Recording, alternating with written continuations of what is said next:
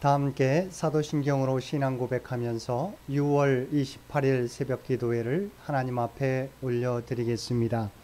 전능하사 천지를 만드신 하나님 아버지를 내가 믿사오며 그 외아들 우리 주 예수 그리스도를 믿사오니 이는 성령으로 잉태하사 동정녀 마리아에게 나시고 본디오 빌라도에게 고난을 받으사 십자가에 못 박혀 죽으시고 장사한 지 사흘 만에 죽은 자 가운데서 다시 살아나시며 하늘에 오르사 전능하신 하나님 우편에 앉아 계시다가 저리로서 산자와 죽은 자를 심판하러 오시리라.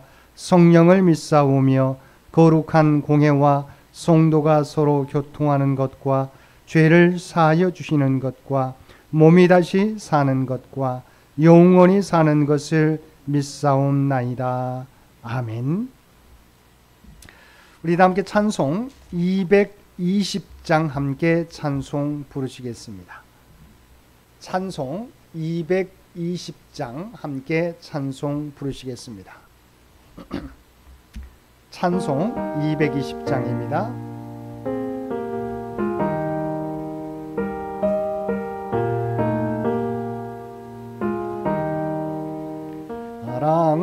사랑하는 주님 앞에 형제자매 한자리에 신은혜 생각하며 즐거운 논송 부르네.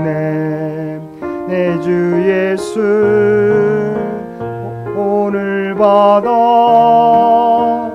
모든 사람 내 몸같이 환난 근심 위로하고 진심으로 사랑하세. 사랑하는 주님 앞에 온갖 충성 다 바쳐서 외로우나 즐거우나 주님만 힘써 섬기네.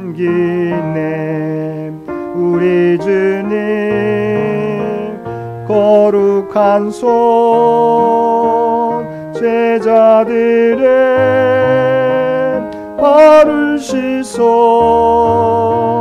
남 섬기는 종의 도를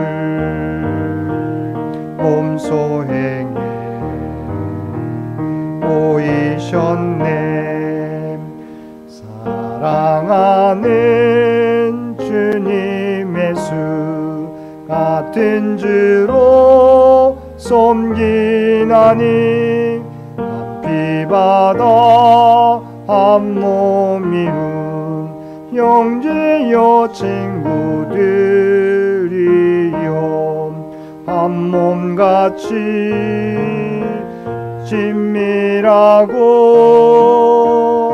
마음으로 하나 되어 우리 주님 크신 뜻을 지성으로 준행하세. 오늘 우리에게 주신 하나님의 말씀 사도행전 4장 23절로 37절까지 말씀입니다. 사도행전 4장 23절로 37절까지 말씀입니다.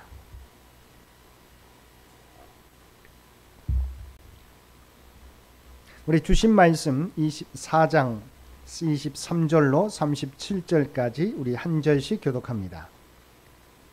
사도들이 노임에 그 동료에게 가서 제사장들과 장로들의 말을 다 알리니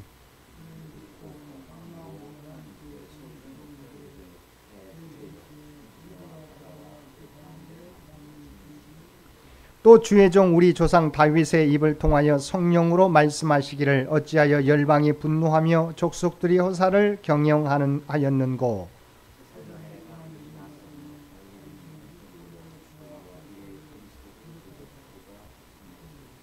과연 헤롯과 본디오 빌라도는 이방인과 이스라엘 백성과 합세하여 하나님께서 기름 부으신 거룩한 종 예수를 거슬러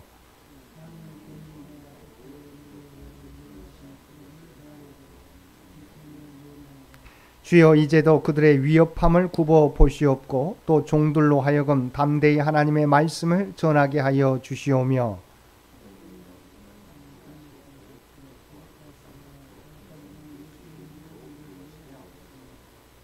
빌기를 다음에 모인 곳이 진동하더니 무리가 다 성령이 충만하여 담대히 하나님의 말씀을 전하니라.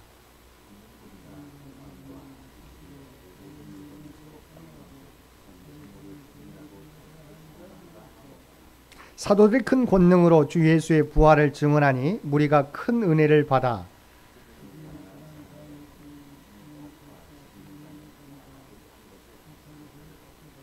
사도들의 발 앞에 두매 그들이 각 사람의 필요를 따라 나누어 줌이라.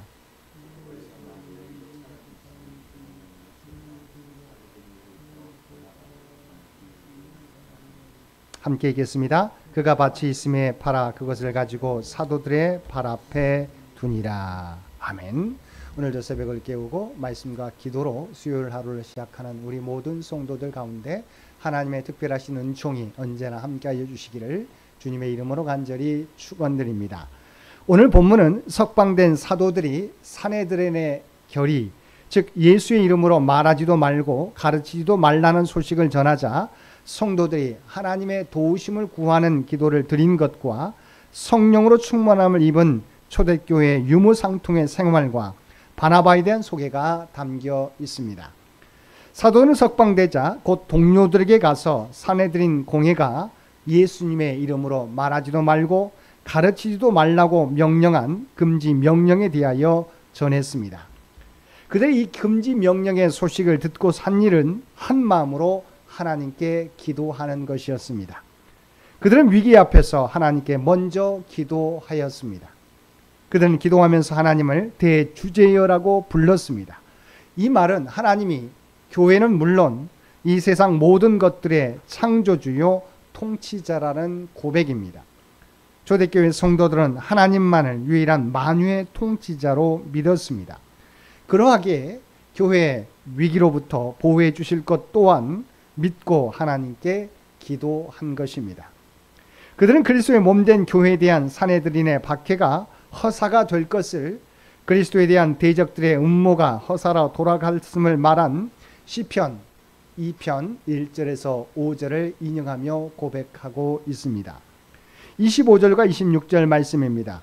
어찌하여 열방이 분노하며 족속들이 허사를 경영하였는고 세상의 군왕들이 나서며 관리들이 함께 모여 주와 그의 그리스도를 대적하도다 하신 이로소이다.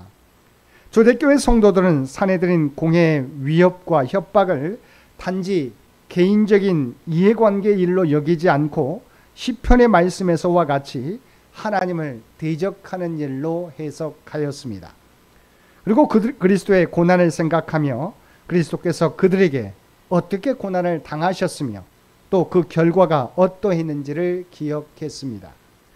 주님은 헤롯에 의해 조롱당하셨고 본디오 빌라도에게 십자가 처형을 당하셨으며 이스라엘 백성들에게 배신과 수모를 당하셨습니다.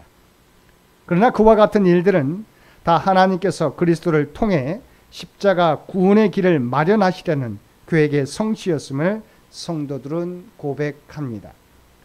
이것은 자신들의 고난 역시 하나님의 은혜로운 섭리 가운데 하나라고 신앙 고백하는 것과 같습니다. 다시 말해서 초대교회 성도들은 지금 유대 종교 지도자들이 또다시 주의 몸된 교회를 핍박하는 일도 하나님께서 교회를 성장시키기 위한 은혜로운 섭리의 한 방편이라는 사실을 믿었던 것입니다. 우리에게도 많은 시련과 고난이 닥칩니다. 이럴 때 성도들은 어떻게 해야 합니까? 믿음의 성도들은 그리스도를 기억해야 합니다.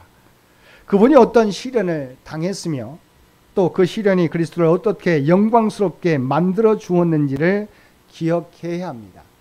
시편 기자 또한 시편 143편 5절 말씀에서 고난당할 때 내가 옛날을 기억하고 주의 모든 행하신 것을 읊조리며 주의 손이 행하신 일을 생각한다고 고백하였습니다.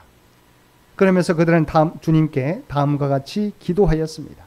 29절 말씀입니다. 주여 이제도 그들의 위협함을 굽어보시옵고 또 종들로 하여금 담대히 하나님의 말씀을 전하게 하여 주시오며.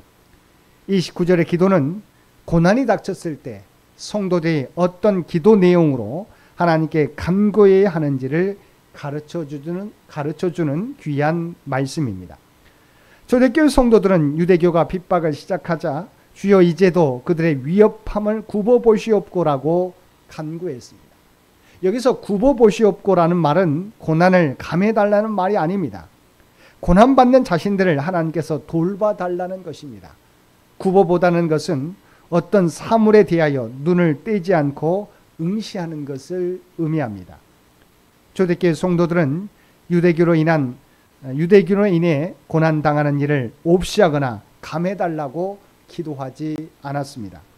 왜냐하면 그 고난은 그리스도가 받았던 축복으로 가는 하나님의 섭리임을 알고 있었기 때문입니다. 그런 축복의 고난을 없애달라고 하지 않고 그 대신 고난받는 자신들이 그 고난을 능히 극복할 수 있도록 돌봐달라고 기도드린 것입니다. 그리고 한 걸음 더 나아가 고난 중에도 담대하게 하나님의 복음을 전하게 해주시기를 간구한 것입니다. 서양의 어떤 현자 또한 이렇게 말한 적이 있습니다. 편안히 살게 해달라고 기도하지 말고 강한 사람이 되게 해달라고 기도하라. 또 쉬운 일을 달라고 기도하지 말고 어떤 일이든 다 처리할 수 있는 지혜와 힘을 달라고 하나님께 기도하라고 했습니다. 모두가 고난을 받습니다. 그러나 고난을 대하는 태도는 다 다릅니다. 초대교회 성도들은 고난을 만날 때 우리가 어떠한 모습으로 고난을 대하고 맞이해야 하는지의 본을 보여주고 있습니다. 32절 이하의 말씀에서는 초대교회 성도들이 유대교회의 박해와 핍박 가운데 요동하지 않고 한 마음 한 뜻으로 더욱 연합된 공동체의 모습을 보여주었음을 말씀하고 있습니다. 32절에서는 다시 한번 유무상통의 역사를 기록하고 있습니다. 이미 2장 42절 이하의 말씀에서 초대교회의 유무상통의 공동체 생활에 대해서 소개한 바 있었는데 본문은 그러한 보도의 반복적 성격이 강합니다. 그러나 여기서는 2장에서와는 달리 핍박 속에서도 더욱 확장되고 지속되는 신앙 공동체의 일면을 강조하고 있다는 데서 구별됩니다.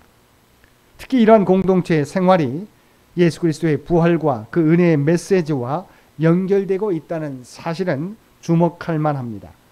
즉 예수 그리스도의 부활을 믿고 은혜를 받아 나눔의 생활을 했기에 가난한 사람들이 없었다는 것이 본문의 증거입니다.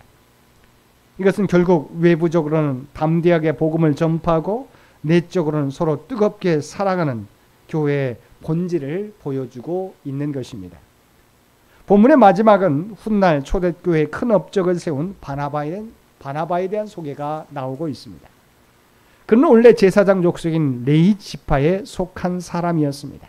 그리고 그는 구브로 즉 오늘날 키프로스 출신입니다. 아마도 그는 아수르, 바벨론, 시리아, 그리스 등의 침략을 피해 구브로로 간 레위 지파의 자손이었던 것 같습니다. 성경은 그의 본래 이름이 요셉인데 바나바라는 별명으로 더 많이 불리게 되었다고 말씀하고 있습니다. 바나바는 헬라식 이름으로 권면하고 위로하는 아들이라는 뜻입니다. 이는 그가 초대교회 성도들에게 얼마나 큰 선한 영향력을 미치고 있었는지 잘 보여줍니다. 이렇게 하나님을 잘 섬기며 주님의 교회와 많은 사람의 위로자가 되었던 바나바는 사울을 바울이 되도록 인도했던 위대한 믿음의 지도자였습니다. 또한 재산을 팔아서 그 값을 가지고 사도들의 발 앞에 두었던 헌신의 사람이기도 했습니다. 우리 또한 고난을 만날 때 두려워하기보다 초대교회 성도들처럼 하나님께도 간건케 해달라고 기도하며 어떤 상황 속에서도 주님의 부활에 증인된 삶을 살아가야 할 것입니다. 또한 바나바와 같이 위로의 사람이 되어서 수많은 사람들을 하나님 앞으로 인도하는 안내자의 삶을 살아가야 할 것입니다.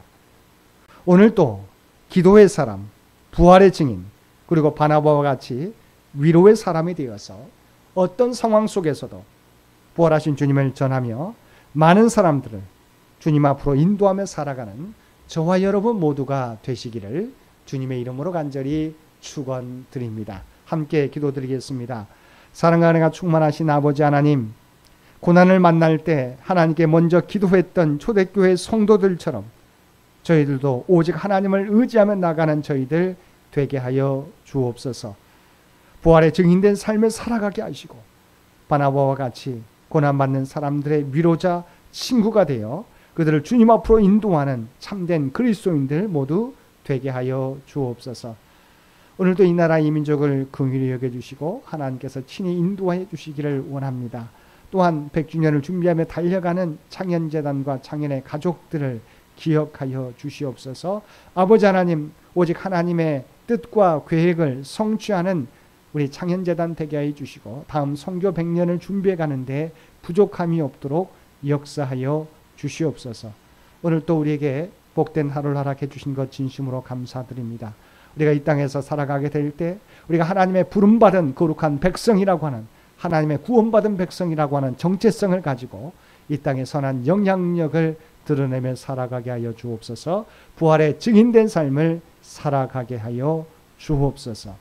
이제는 우리 주 예수 그리스도의 은혜와 아버지 하나님의 극진하신 사랑하심과 성령님의 세상 끝날까지 우리와 함께 하시며 동행하시는 놀라운 교통의 역사가 오늘 주신 말씀을 따라 어떤 일을 만날지라도 기도하며 부활의 증인으로 살아가며 오직 바나바와 같이 위로의 사람이 되어 하나님의 영광을 드러내며 살아가겠노라고 결단하며 세상 가운데 나아가는 사랑하는 주의 백성들과 그의 가정과 산업의 터전 위에 이제로부터 영원토록 함께 해주시기를 우리 주 예수님의 이름으로 간절히 축원하옵나이다.